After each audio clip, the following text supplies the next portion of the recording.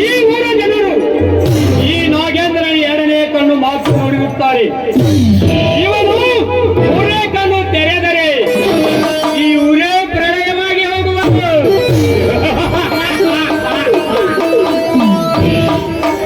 ಈ ನಾಗೇಂದ್ರ ಎಂದರೆ ಲಕ್ಷ್ಮೀಪತಿ ಅರ್ಥಾತ್ ಭುಜಾಧಿಪತಿ.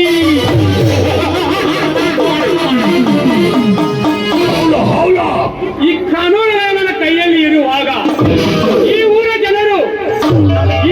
ಜನರಿಗೆ ಹೇಳಿದ್ದೆ ಅಧಿಕಾರ, ನಾನು ಕೊಟ್ಟಿದ್ದೆ ತೀರ್ಪು. ನನ್ನ ತೀರ್ಪಿಗೆ ತಪ್ಪಾಗಿ ಯಾರಾದರೂ ನಡೆದರೆ ತಪ್ಪಾಗಿ ಹೋಗೋದವರು ಸಂಸಾರ.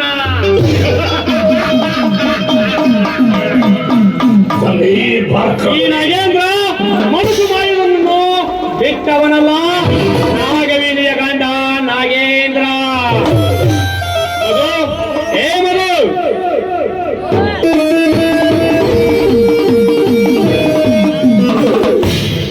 ಬಂದೆ ಡ್ಯಾಡಿ, ಏನು ವಿಷಯ? ಮಗು, ಬಾಂಬೆಯಿಂದ ಯಾವಾಗ ಬಂದೆ? ನೀನು ಹೋದ ಕೆಲಸ ಏನಾಯಿತು? ಸುಗಮವಾಗಿ ಸಾಗಿದೆ?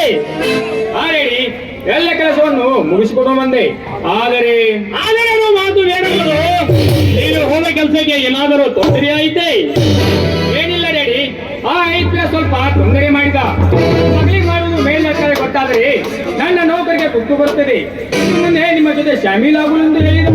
ಹಾಗಾದರೆ ಮುಂದೆ ಏನೋ ಮಾಡುವುದು ಮೊದಲು ಯಾರಿಗಾದರೂ ಹೇಳಿ ಬಂದಿದೆಯಾ?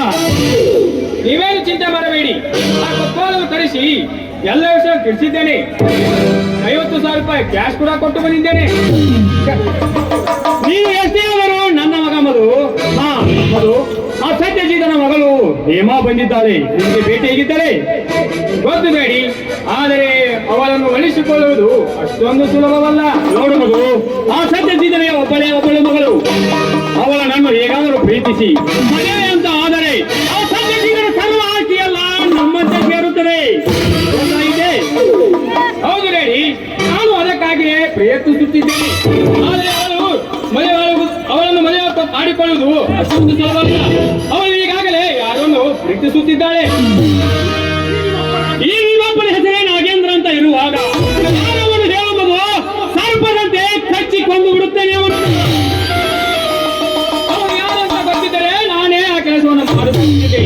ಅವನು ಯಾವನೇ ಇರಲಿ, ಅವನನ್ನು ಬಚ್ಚಿ ಹಾಕಿ ಹೇಮಾನನ್ನು ಮನೆ ಮಾಡಿಕೊಂಡು ನಿಮ್ಮ ಆಶೆಯನ್ನು ಈಡೇರಿಸುತ್ತೇನೆ. ನೋಡ್ಬೋದು, ಈ ಕೆಲಸವನ್ನು ಮೊದಲು ಮಾಡಬೇಕು.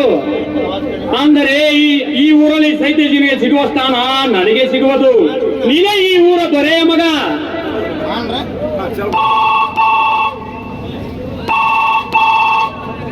ಹಲೋ, ನಾನು ಸತ್ಯಜಿತ.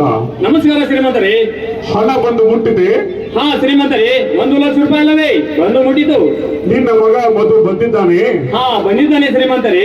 ಕೊಟ್ಟ ಕೆಲಸ ಸರಿಯಾಗಿ ಮಾಡಿದ್ದಾನೆ? ಹಾ ಶ್ರೀಮಂತರೇ, ಅವನು ನನ್ನ ಮಗ.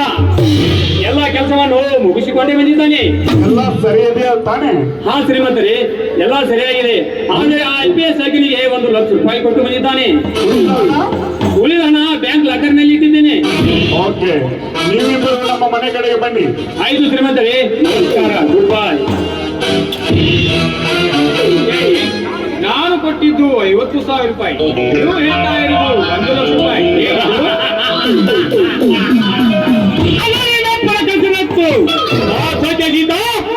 ನನಗೆ ಕೊಟ್ಟ ಸವಲತ್ತು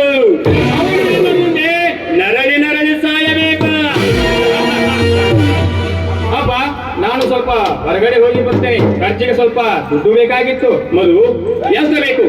10,000 ಅಥವಾ 20,000? ಆ ಸದ್ಯಜಿತ ನಿನಗೆ 1,00,000 ರೂಪಾಯಿ ಕೊಟ್ಟಿದ್ದನಂತಲ್ಲ, ಅದನ್ನು ನೀವು ಹೇಳಿದ ಹಾಗೆ ಮಾಡಿದ್ದೀನಿ ಡ್ಯಾಡಿ. ಶಬಾಷ್ ಬೇಡ, ಶಬಾಷ್. ನಿನಗೆ ಹಣವನ್ನು ತರುತ್ತೇನೆ.